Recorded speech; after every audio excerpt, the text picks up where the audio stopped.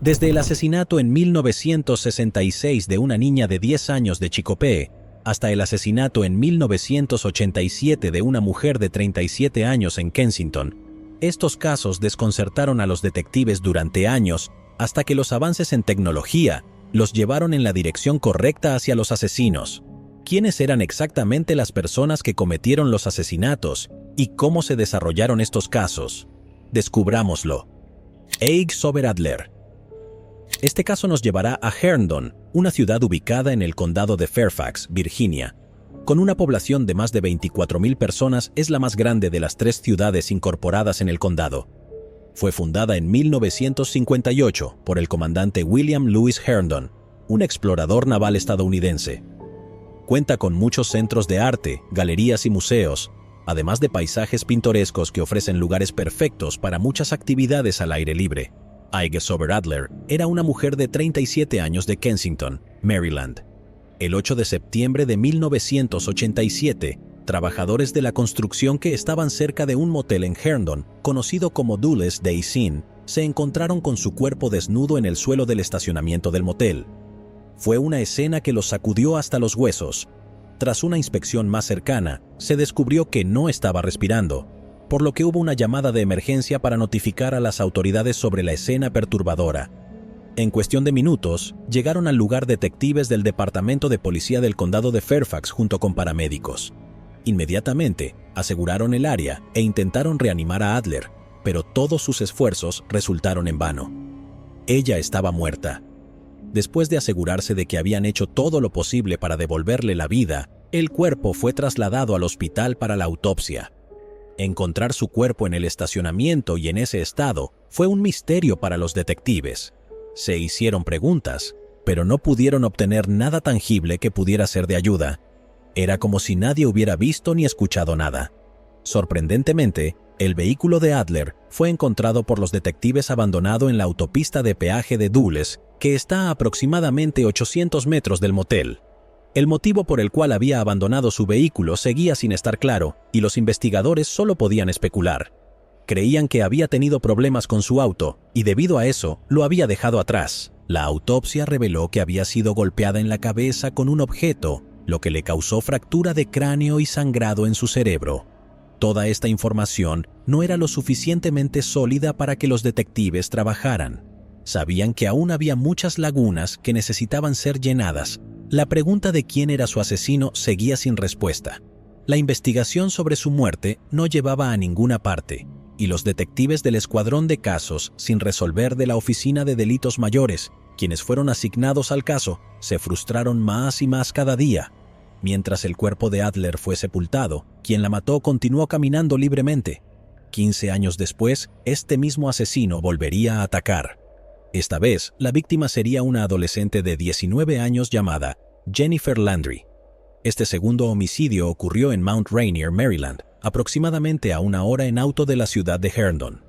Jennifer era originaria de Randolph, Massachusetts, y el 31 de julio de 2002 desapareció repentinamente sin dejar rastro. Unas semanas después, el 15 de agosto de 2002, su cuerpo fue encontrado alrededor de las 9 de la mañana en un área boscosa, en el bloque 3600 de Oak Lane. Al igual que Adler, también fue encontrada desnuda. Otra cosa que llamó la atención de los detectives de la policía del condado de Prince George, que acudieron a la escena, fue el cable eléctrico enrollado alrededor de su cuello, manos, espalda y pies. Había varias heridas en su cuerpo, y una que destacaba era la herida abierta en su cuello. Evidentemente, quien la mató le había abierto el cuello de un tajo. Además, una autopsia reveló que también había sido estrangulada y presentaba una herida de puñalada en su abdomen. Los detectives notaron el tatuaje en su tobillo izquierdo, un canguro usando guantes de boxeo. Su cuerpo fue retirado del área y se inició una investigación sobre su muerte llevada a cabo por el sargento Greg McDonald y otros detectives del Departamento de Policía del Condado de Prince George. Sin embargo, la investigación se vio obstaculizada. Jennifer no pudo ser positivamente identificada. No se conocía su nombre ni su lugar de procedencia.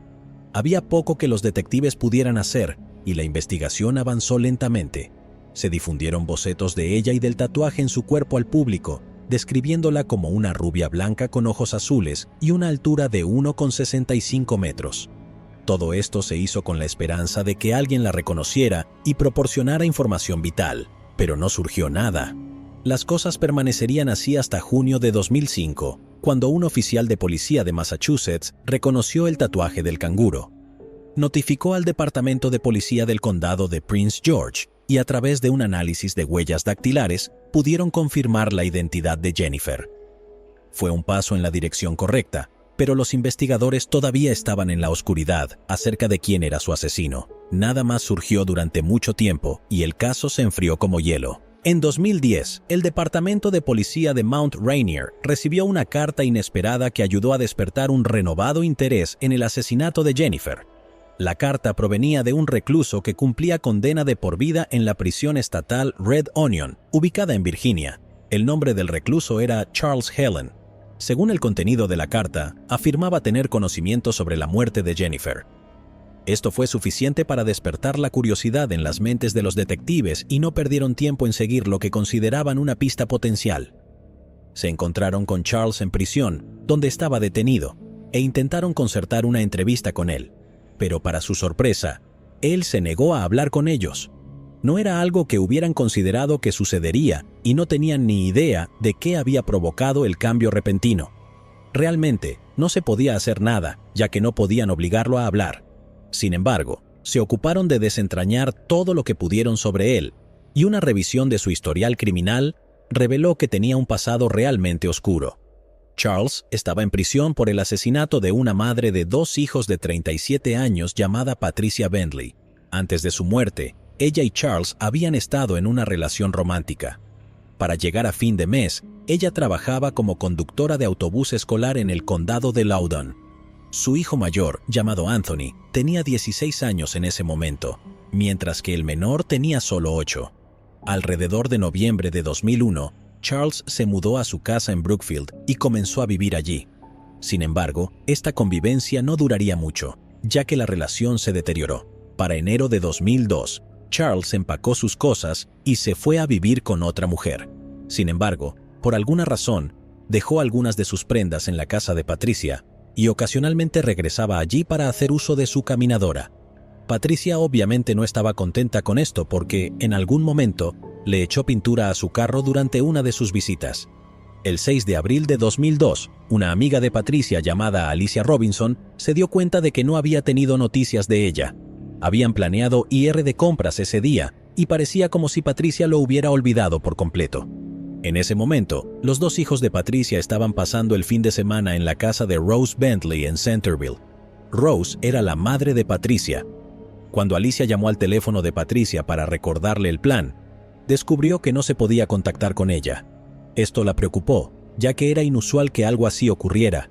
Inmediatamente llamó a la madre de Patricia en Centerville para informarle de la situación. Después de esto, se subió a su auto y condujo hasta Centerville para recoger a Anthony. Hizo esto porque tenía una llave de repuesto de la casa de su madre. Al regresar a la casa de Patricia en Brookfield, bajaron del auto y se dirigieron a la puerta principal de la casa, que fue abierta por Anthony. En el dormitorio, encontraron a Alicia boca abajo en el suelo, con moretones en diferentes partes de su cuerpo, y el teléfono y el cable de extensión que habían sido utilizados para estrangularla hasta la muerte estaban a pocos metros de distancia. La autopsia reveló que también le habían golpeado la cabeza con un objeto. Charles inmediatamente se convirtió en sospechoso principal del asesinato. Sin embargo, negó haber tenido algo que ver con su muerte. También afirmó que no la había visto desde hacía mucho tiempo. La verdad se descubrió con la ayuda del análisis forense. Su ADN se encontró en el pecho y el abdomen de ella. Además, los datos del teléfono celular lo ubicaron cerca de su residencia el 5 de abril, un día antes de que se descubriera su cuerpo. Con todo esto al descubierto, Charles ya no podía negar la verdad. Fue arrestado el 18 de septiembre de 2002 y encarcelado a la espera del juicio. El primer juicio resultó inválido antes de llegar a un veredicto. También se llevó a cabo un segundo juicio, pero resultó igual que el primero. Sin embargo, el tercer juicio vio a los jurados declarándolo culpable de asesinato en primer grado, y el 3 de octubre de 2002 le impusieron una sentencia de cadena perpetua. Los detectives también descubrieron que el asesinato de Patricia no fue el único crimen en su pasado. En 1966 se casó con una mujer llamada Denise Custis. Sin embargo, el matrimonio no duró mucho debido a su hábito de abusar físicamente de ella. A finales de 1996, ella empacó sus cosas y lo dejó para siempre, pero por alguna razón él la persiguió al año siguiente y la golpeó tan fuerte que ella perdió el conocimiento y también sufrió una fractura en el hueso de la mejilla. Como si eso no fuera suficiente, luego la llevó en su auto a un motel donde ambos se registraron, pero al ver que ella no estaba en buen estado y que sangraba por la boca, la llevó al hospital para recibir tratamiento médico. Charles fue acusado de agresión y secuestro y cumplió condena desde 1997 hasta 2001 en una prisión federal en Lompoc, California. Fue después de su liberación de la prisión que conoció a Patricia y comenzó una relación con ella. Después de descubrir todos estos detalles sobre el pasado de Charles, los detectives simplemente quedaron asombrados. No dudaron de que realmente sabía algo sobre la muerte de Jennifer. Sentían que, si alguien podía orientarlos en la dirección correcta sobre el asesinato, definitivamente sería él. Pero como había elegido guardar silencio, solo podían esperar pacientemente y esperar que cambiara de opinión. En 2017, casi 7 años después de la primera carta, Charles escribió otra carta a los detectives. El contenido era similar al de la primera. Cuando los detectives se acercaron nuevamente a él, se negó a hablar. Este fue un periodo muy frustrante para los detectives, ya que sentían que los estaban llevando en círculos, pero no se dieron por vencidos. Inicialmente, se negó a hablar con nuestros detectives, dijo el jefe de policía del condado de Prince George, Malik Aziz. Los detectives no se rindieron. Intentaron nuevamente entrevistarlo en 2021, y esta vez, él aceptó. Se eligió una fecha para la entrevista y en septiembre de 2021, Charles por fin se sentó a hablar con los detectives. Durante el interrogatorio, no se guardó nada y reveló que él fue quien mató a Jennifer. Les dijo a los detectives que la recogió en Washington, D.C. después de que ella aceptara tener relaciones sexuales con él a cambio de dinero. Luego condujo hasta Oak Lane en Mount Rainier, donde la mató y dejó su cuerpo donde lo encontraron. Después de esta confesión, los detectives supieron que por fin habían resuelto el caso, pero no pudieron evitar sentirse impactados por lo que acababan de escuchar. Sin embargo, eso no fue todo. Charles también insinuó el asesinato de Adler en 1987, quien fue encontrada en el estacionamiento, pero no dio más detalles al respecto. Se contactó a los familiares sobrevivientes de Jennifer y se les dio la noticia de que por fin habían encontrado al asesino. En octubre de 2021, apenas un mes después de la confesión de Charles, los detectives del Departamento de Policía del Condado de Fairfax decidieron hablar con él. Querían saber lo que sabía sobre el asesinato de Adler en 1987. Cuando fue interrogado, admitió haber matado también a Adler e incluso llegó a dar detalles que solo el asesino podría conocer. Los detectives del Departamento de Policía del Condado de Fairfax hablaron con Helen en octubre de 2021. Confesó el brutal y despiadado asesinato de Ige Adler. Los detectives quedaron atónitos, no podían creer lo que estaban escuchando. Fue un gran día en todo el condado, dijo el fiscal del Commonwealth del condado de Fairfax, Steve Descano. Personalmente estaba realmente feliz y aliviado y agradecido de poder darle un cierre a esto, agregó. En enero de 2022, el gran jurado del condado de Fairfax acusó formalmente a Charles del asesinato de Adler. Una semana antes, los detectives de la unidad de casos sin resolver del condado de Prince George emitieron una orden de arresto por el asesinato de Jennifer. Lamentablemente, ambos padres de Ike fallecieron sin saber qué le había sucedido a su hija, dijo el jefe de policía del condado de Fairfax, Kevin Davis. Esperamos que esta acusación brinde algo de cierre a los miembros sobrevivientes de su familia y amigos, agregó. Descano también dijo lo siguiente durante una conferencia de prensa que se llevó a cabo después de la acusación de Charles. En un caso como este, ya está cumpliendo una condena de por vida. Nunca volverá a caminar libremente por las calles, a menos que ocurran circunstancias increíblemente inusuales fuera de nuestro control. No se trata de una condena. Es mi opinión que tenemos una obligación hacia la comunidad, hacia la familia de la víctima, de tomar estos casos en serio y tratarlos de la misma manera. Porque cuando el sistema de justicia funciona como debería, especialmente en delitos tan graves como este, nuestro trabajo es más que la duración de la condena. Se trata de lo que le decimos a la comunidad y cómo se siente la comunidad. En diciembre de 2022, Charles se declaró culpable del asesinato de Adler y se le impuso otra condena de por vida. Se ha llegado a un acuerdo para trasladarlo a Maryland, donde también se declarará culpable del asesinato de Jennifer. Esto probablemente lo llevará a recibir otra condena de por vida.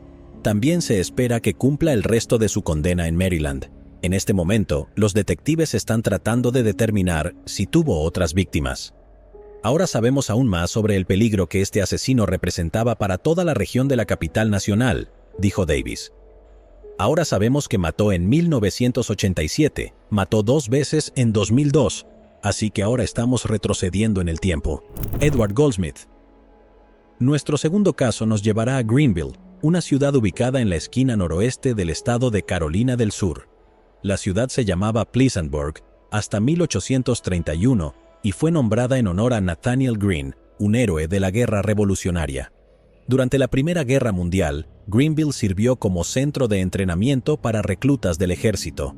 Actualmente cuenta con una población de más de 70,000 personas y ofrece una variedad de actividades y atracciones, como el Museo Shoeless Joe Jackson y la Biblioteca de Béisbol, así como el Parque Linky Stone. Edward Goldsmith nació el 11 de julio de 1965, hijo de Norman Bruce Goldsmith y Mary Frances Dean Goldsmith en la ciudad de Greenville.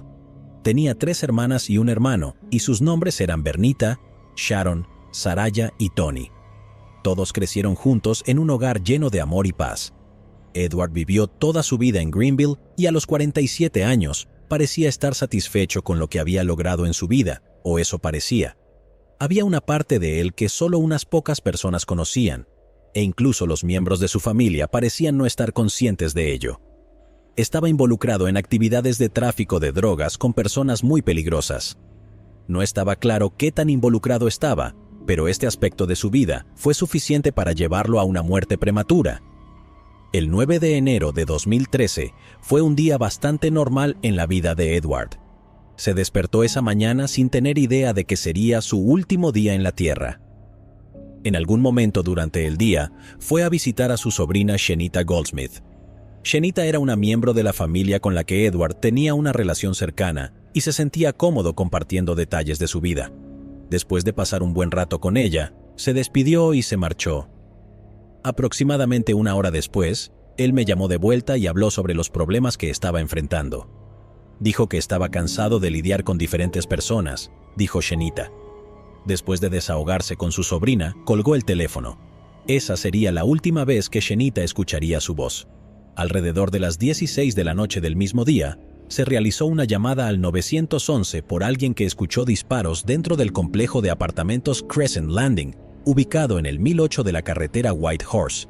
Poco después, se realizó una segunda llamada al 911 y la persona reveló que un hombre negro yacía en el estacionamiento en la misma área donde el primer llamante había mencionado los disparos. En cuestión de minutos, los agentes del departamento del sheriff del condado de Greenville llegaron al lugar de la perturbación y, tal como dijo el segundo llamante, encontraron a un hombre negro tendido en el suelo de un estacionamiento.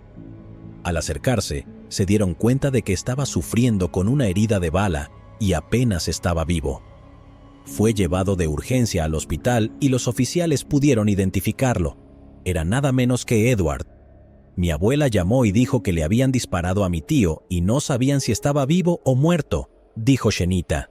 De inmediato nos apresuramos al hospital y en el hospital fue declarado muerto, agregó. Los miembros de la familia de Edward quedaron devastados por esta noticia. Fue algo que nadie esperaba que le sucediera. Mientras la familia intentaba aceptar su muerte, se llamó a la unidad de crímenes violentos de la oficina del sheriff del condado de Greenville para investigar el asesinato. Durante su investigación, lograron recopilar información vital. A partir de lo que descubrieron, Edward había sido asesinado por 2 hombres. Los hombres habían estado en su apartamento alrededor de las 10 de la noche y habían tenido una discusión con él. Esto se intensificó y los hombres sacaron sus armas y le dispararon antes de huir del lugar.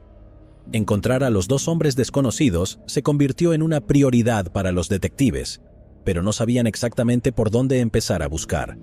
No había cámaras de vigilancia en el área que capturaran los rostros de los hombres y no había nadie que pudiera describir cómo lucían. Buscar a los hombres sin información sólida era como buscar una aguja en un pajar, y los detectives lo sabían. Sin pistas, el caso se enfrió. Se llevó a cabo un servicio funerario para Edward en el mortuorio Watkins Garrett and Woods, y su cuerpo fue enterrado. Su familia siguió adelante con sus vidas, pero cada día que pasaba esperaban que atraparan a sus asesinos. En un abrir y cerrar de ojos, habían pasado 9 años sin ningún progreso en la investigación del asesinato de Edward. Según los detectives, la falta de pruebas suficientes era uno de los obstáculos que habían frenado la investigación, pero aún mantenían la esperanza de que los avances en la ciencia forense les ayudarían a resolver el caso. En febrero de 2022, los detectives de la oficina del sheriff del condado de Greenville revelaron a la prensa que habían identificado personas de interés en el asesinato de Edward. Sin embargo, los nombres de los individuos no se dieron a conocer al público. La familia de Edward también fue entrevistada por los medios en ese momento, y el dolor que su muerte les causó seguía presente en sus corazones. No saber qué le sucedió a nuestro hermano y quién lo hizo todavía nos afecta mucho, mucho, dijo Sharon, la hermana de Edward, a los medios en ese momento. Shenita también dijo lo siguiente sobre el caso de asesinato de su tío: todos tenemos la esperanza de que algún día, porque creo en la justicia, resolverán el caso y descubrirán exactamente quién mató a mi tío. En marzo de 2022, la oficina del sheriff anunció al público que se habían logrado avances significativos en la investigación. Se reveló que 2 hermanos estuvieron detrás del asesinato de Edward. El primero fue Blasius Dravius McKinney, de 32 años. Había sido arrestado y acusado de asesinato. Además de esto, también se le imputaron cargos por posesión de un arma durante un delito violento y conspiración criminal. No está claro cuándo fue arrestado por la policía.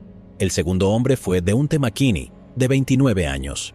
Las autoridades no tuvieron que buscar demasiado lejos, ya que estaba cumpliendo una condena en la institución correccional de Kershaw por un delito diferente.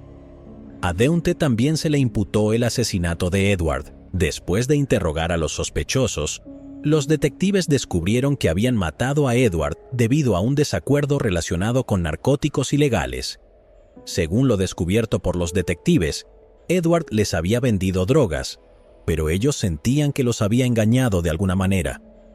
Los hermanos McKinney decidieron encontrarse en un complejo de apartamentos y básicamente atrajeron a Goldsmith allí, donde le dispararon y asesinaron, dijo el sheriff del condado de Greenville, Hobart Lewis.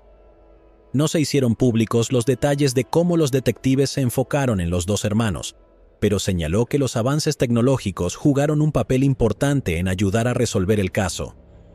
Utilizando los diversos avances tecnológicos, nuestra unidad de casos sin resolver pudo reunir pruebas fundamentales que, junto con nuevos testimonios de testigos, les permitieron identificar a los hermanos McKinney como los responsables de la muerte de Goldsmith, dijo Lewis. Betty Lou Sakowski. Nuestro tercer y último caso nos llevará a la ciudad de Chicopee, que se encuentra al suroeste del estado de Massachusetts. Originalmente, era parte de Springfield y en su momento fue una ciudad principalmente industrial. En la actualidad, cuenta con una población de más de 55,000 habitantes. La ciudad es famosa por su espectáculo aéreo anual de 2 días en la base de la Reserva Aérea de Westover, que recibe a más de 100,000 visitantes cada año. Betty Lou Sakowski nació el 2 de junio de 1955, hija de Stanley y Mildred Sakowski en Chicopee. Era hija única y muy preciada para sus padres. Alrededor de 10 años, estaba en 5º grado y asistía a una escuela privada católica para niñas llamada Ursuline Academy.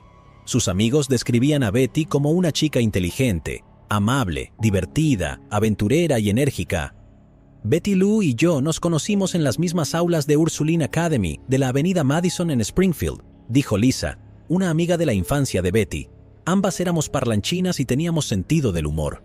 Y aunque no éramos sarcásticas, nuestro humor a veces se confundía como sarcasmo. Durante su tiempo libre, a Betty le gustaba más explorar su entorno que quedarse en casa y jugar con muñecas. Simplemente tenía una mentalidad curiosa e insaciable. Uno de los lugares que le interesaban eran algunas cuevas que fueron excavadas a lo largo de la orilla del río Chicopee. Otro lugar que le gustaba explorar era el Parque Wesson, que era un pequeño bosque urbano ubicado en la esquina de la carretera Wilbraham y la avenida Roosevelt. Era uno de sus lugares favoritos, y a menudo daba largos paseos con sus amigos por la zona. Betty disfrutaba cada momento de su infancia y no tenía preocupaciones en el mundo. El futuro se veía brillante para ella, pero las cosas darían un giro oscuro. La noche del 26 de mayo de 1966, Betty estaba en casa con sus padres cuando sonó el teléfono. Betty contestó la llamada y habló con alguien por un tiempo. Después de la llamada, le dijo a Mildred, su madre, que una amiga la había llamado y que iba a su casa a comer helado. Mildred no se opuso, tal vez porque estaba acostumbrada a que su hija se fuera de paseo. En poco tiempo, Betty comenzó a prepararse para salir de casa. Se puso una blusa de cuadros verdes y una chaqueta azul. También llevaba pantalones azules y zapatillas blancas. Después de vestirse, se despidió de su madre y salió de la casa. Eran alrededor de las 6 de la tarde y esa fue la última vez que su familia la vio. Si Mildred hubiera sabido que su hija nunca regresaría a casa con vida, nunca la habría dejado salir de la casa. Los minutos se convirtieron en horas y Betty aún no había regresado de su salida. Mildred y Stanley se preocupaban cada vez más, pero seguían esperando que su hija entrara en la casa en cualquier momento, pero eso nunca sucedió. Alrededor de las 11:15 de la noche, llamaron al departamento de policía de Chicopee y denunciaron que Betty no había regresado a casa. Sin embargo, le dijeron a la policía que no hicieran una declaración pública porque creían que había ido a quedarse con un pariente o uno de sus amigos. Los oficiales comenzaron a buscarla de inmediato. Fueron a las casas de amigos y familiares que solía frecuentar, pero no estaba allí. Sus amigos le contaron al teniente Armand Morgan de la oficina de menores y al detective Paul Baltasar sobre las cuevas en la orilla del río Chicopee que le gustaba visitar, pero cuando los oficiales peinaron el área, no encontraron nada. 2 días después de su desaparición, la policía informó al público sobre su desaparición. Se proporcionó una descripción de la ropa que llevaba el día en que desapareció. Surgieron más preguntas y en un momento se descubrió que la amiga con la que Betty le había dicho a su madre que iba a encontrarse no existía. Era evidente que había mentido para poder salir de la casa, pero la pregunta de a dónde exactamente había ido era algo a lo que nadie podía responder.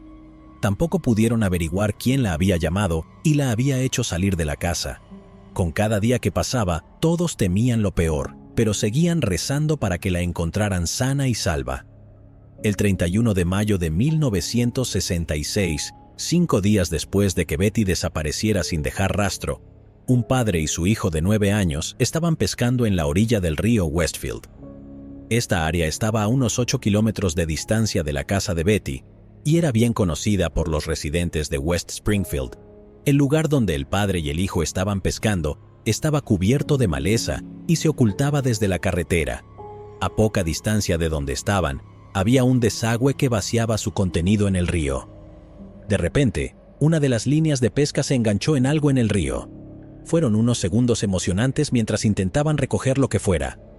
Podían sentir que era algo enorme, pero su emoción pronto se convirtió en decepción cuando en lugar del enorme pez que esperaban, emergió un montón de ropa. Al principio pensaron que era un tronco cubierto de ropa, pero cuando lo arrastraron más cerca de la orilla, descubrieron que era el cuerpo de una niña joven. Estaba completamente vestida y no había duda en sus mentes de que ya no se podía hacer nada por ella. Quedaron conmocionados por lo que tenían ante ellos y de inmediato corrieron a informar a la policía sobre el hallazgo. Cuando los detectives llegaron al lugar, aseguraron la zona y procedieron a llevar a cabo su investigación. El brazo y la cara de la niña estaban cubiertos de barro y también presentaban graves contusiones. Parecía que la habían golpeado con algo, pero los detectives no querían llegar a conclusiones rápidas antes de realizar la autopsia. Poco después de que el cuerpo fuera sacado del área para una autopsia, los padres de Betty también fueron informados de que habían encontrado a una niña en el río y se les pidió que acudieran a identificar el cuerpo en caso de que fuera su hija. Cuando los padres de Betty recibieron la noticia, esperaban y rezaban para que no resultara ser ella. Cuando llegaron al lugar donde yacía el cuerpo, descubrieron con horror que era Betty. Estaba con la misma ropa que llevaba cuando salió de casa el último día en que fue vista. Stanley y Mildred estaban devastados y parecía como si el mundo se hubiera derrumbado. La noticia de la muerte de Betty se extendió como un incendio forestal y toda la comunidad quedó conmocionada. Lisa, cuya familia se había mudado de Springfield a Connecticut 4 meses antes de la muerte de Betty, también se enteró de la terrible noticia Me enteré del asesinato de Betty Lou unos 4 días después del descubrimiento de su cuerpo. Mi familia estaba de visita en Springfield. Nuestras madres habían planeado una reunión para nosotras, y sus padres deben haber estado tan abrumados por el horror y el dolor inesperados e insoportables que no pensaron en informarnos de la desaparición y muerte de Betty Lou, dijo Lisa. Los resultados de la autopsia realizada al cuerpo de Betty salieron pronto y según el médico forense jefe, el Dr. William Mossig, había muerto como resultado de múltiples lesiones contundentes en la cabeza, una fractura de cráneo y ahogamiento terminal. Esto sugería que había estado viva cuando entró en el río. El Dr. Williams también reveló que había estado muerta desde el día en que desapareció. Además, no había evidencia que sugiriera que había sido víctima de abuso sexual. Al final, su muerte fue catalogada como un asesinato y una investigación para encontrar a su asesino comenzó. La investigación fue llevada a cabo por el Departamento de Policía de Springfield y también contaron con la ayuda del Departamento de Policía de Chicopee. Además de esto, la oficina del fiscal del condado de Hampton y la Policía Estatal de Massachusetts también participaron en la investigación. Los detectives se tomaron su tiempo para buscar a lo largo de la orilla del río donde se encontró el cuerpo. Los buzos también se adentraron en el río en busca de pistas, pero no se obtuvo nada de estas extensas búsquedas. La parte del río donde se encontró su cuerpo tenía 3 metros de profundidad, pero a pesar de su profundidad en ese lugar, el río era generalmente de movimiento lento. Debido a esto, los detectives especularon que era poco probable que sufriera sus heridas en el fondo del río. Esto significaba que su asesino la había golpeado brutalmente y arrojado su cuerpo al agua. Los detectives también creían que Betty conocía a su asesino, basándose en la llamada telefónica que recibió antes de salir de la casa. Durante el curso de entrevistar a sus amigos, familias y compañeros de clase, los detectives descubrieron algo muy importante. Betty había sido vista hablando con un hombre en un auto alrededor de las 6 de la tarde del día en que desapareció. Los detectives creían que ella había subido al vehículo de este hombre desconocido y que él la había llevado al área donde se encontró su cuerpo. Con la ayuda de varios testigos presenciales, se desarrolló un retrato hablado del hombre desconocido. En el dibujo, el hombre llevaba gafas con montura negra y la policía lo describió como de 17 años, de 1,65 metros de altura, con un peso entre 56 y 61 kilogramos, de pelo negro y ojos marrones. También se le dio el nombre de Ralph, ya que este fue un nombre que fue mencionado varias veces por los amigos de Betty. En ese momento, el capitán Harold O'Connor, detective del Departamento de Policía de Chicopee, mencionó que no tenía idea de si el individuo existía y, de ser así, necesitaban la ayuda de la comunidad para encontrarlo. El retrato del hombre se publicó en los periódicos con la esperanza de que alguien lo reconociera y se presentara para brindar a la policía información vital. El 2 de junio de 1966 era el día en que Betty hubiera cumplido 11 años, pero terminó siendo el día en que fue enterrada. Se llevó a cabo un funeral en su honor en la iglesia del Santo Nombre en Chicopee, y varios de sus compañeros de clase y profesores de su escuela asistieron. Muchos apenas podían contener las lágrimas mientras el ataúd que contenía el cuerpo de Betty era bajado a la tumba. Pasaron varias semanas después de esto y el asesino de Betty seguía prófugo. La investigación sobre el asesinato no llevaba a ninguna parte y pronto el caso se enfrió. En 1980, la madre de Betty, Mildred, cayó accidentalmente por la ventana de la casa donde residía. Algunos creen que se suicidó. Al año siguiente, el padre de Betty, Stanley, también murió por una causa desconocida. Tenía 64 años. En noviembre de 1997, los detectives del Departamento de Policía de West Springfield recibieron repentinamente información sobre el asesinato de Betty, lo cual los emocionó. No está claro cuál era la información ni cómo la obtuvieron, pero un nombre seguía apareciendo durante su investigación: Donald Mars. Los detectives trataron de descubrir todo lo posible sobre Donald y descubrieron que en mayo de 1995 había sido condenado por abusar sexualmente de 2 niños. Se le acusó de violación forzada a un menor y de agresión indecente a un menor de 14 años. Por este crimen fue condenado a 2 años y medio de prisión y puesto en libertad condicional en junio de 1997. Además, fue registrado como delincuente sexual de nivel 3. Después de que los detectives descubrieron todo esto sobre Donald Mars, intensificaron su investigación e interrogaron a varios testigos. Sin embargo, las pruebas que tenían no eran lo suficientemente sólidas como para vincularlo con la muerte de Betty y una vez más el caso se enfrió. Alrededor de 2019, la unidad de casos no resueltos de la oficina del fiscal del distrito de Hampton recibió información sobre el caso.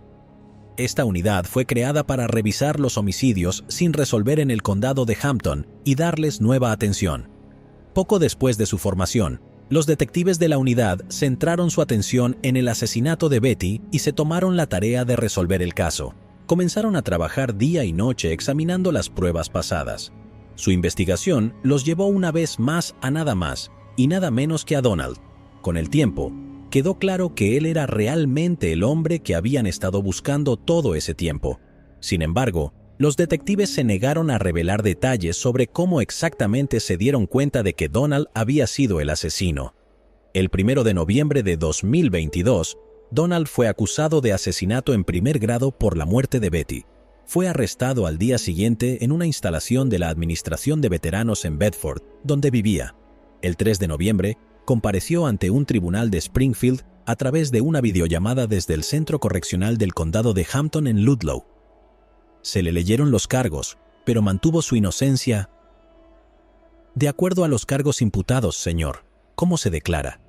¿Culpable o inocente? Inocente. Gracias, señor.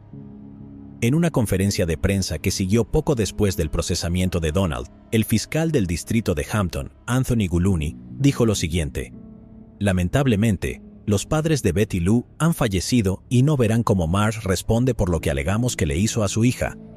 Mi oficina ha estado en contacto con miembros de la familia extendida de Betty Lou, uno de los cuales fue portador del féretro en su funeral en 1966.